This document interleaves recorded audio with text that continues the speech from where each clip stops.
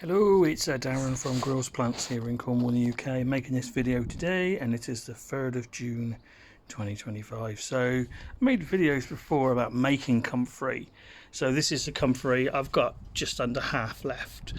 So how do we dose this? So I've just done a watering can, 10 litre watering can, and I'm going to basically put just 1 litre of this into the watering can. So I've been obviously feeding this to my squash plants, which are quite hungry, and I've just fed my squashes, and then we'll be also then later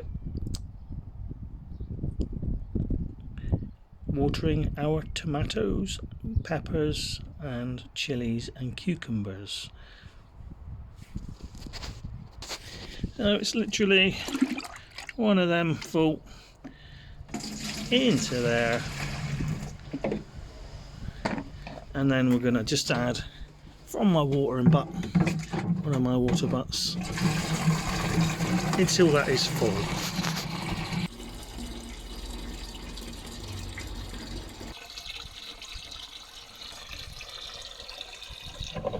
And there we go. So into the greenhouse, and I'm just going to basically, around the base of the tomatoes, a generous watering. Same with my chilies. Same with my peppers. These have all got buds on them now.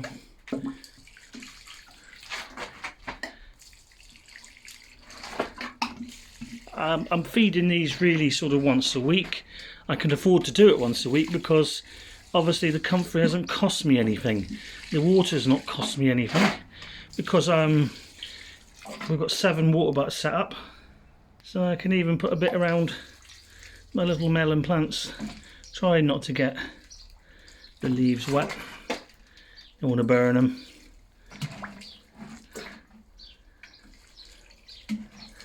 There. So this is the comfrey patch, and this is what it's like now, early June. It's in flower. Bees are loving it. So we've got 2 different types of comfrey here. So this tall comfrey here, that is Russian comfrey, and then the shorter stuff, which is down here, is Bok 14. There's a bee now. Bees love borage, not borage, what am I saying, borage or comfrey. So what you want to do is you want to establish this comfrey patch, and you don't want to pick off it for 3 years. It's not evasive. People say, oh, it's evasive. Not if you go with Bok 14 or Russian comfrey. It's not going to get out of hand, trust me. So when these flowers are finished, and if I look at the Bok 14 down here, you can see some of it is going to seed pods already, and some on the end is still flowers.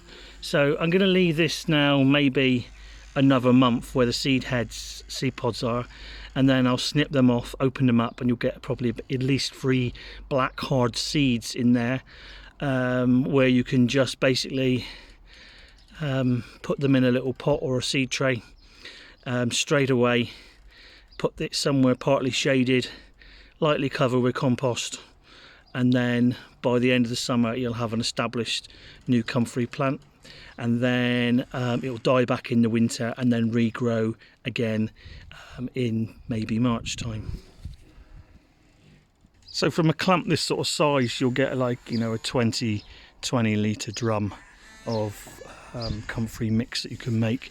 Also, what you can do with comfrey is you can take a branch off, and say take that branch off there, take it off, take the flowers off, and just lie it down on the floor around your tomato plants, and it'll basically rot away. And as you water it each day in your greenhouse, it'll biodegrade, and all the nutrients will basically go down into the roots of the tomato plant. Here's a young plant that I grew from my own seeds, as I instructed, from last year. So it's a nice little plant. This one may flower this year, and then of course remember, don't harvest your comfrey for the first few years. You want the want the roots to become really established, the plant become established, and then you're okay to go. Okay. So really, this all came about many years ago. All the allotment tiers, all the old gentlemen that probably are no longer with us, used to have a comfrey patch in the corner of the allotment, and this is how they made feed. They didn't go to the supermarket or the garden centre to buy a chemical feed. This was a natural feed, so it's really worth doing.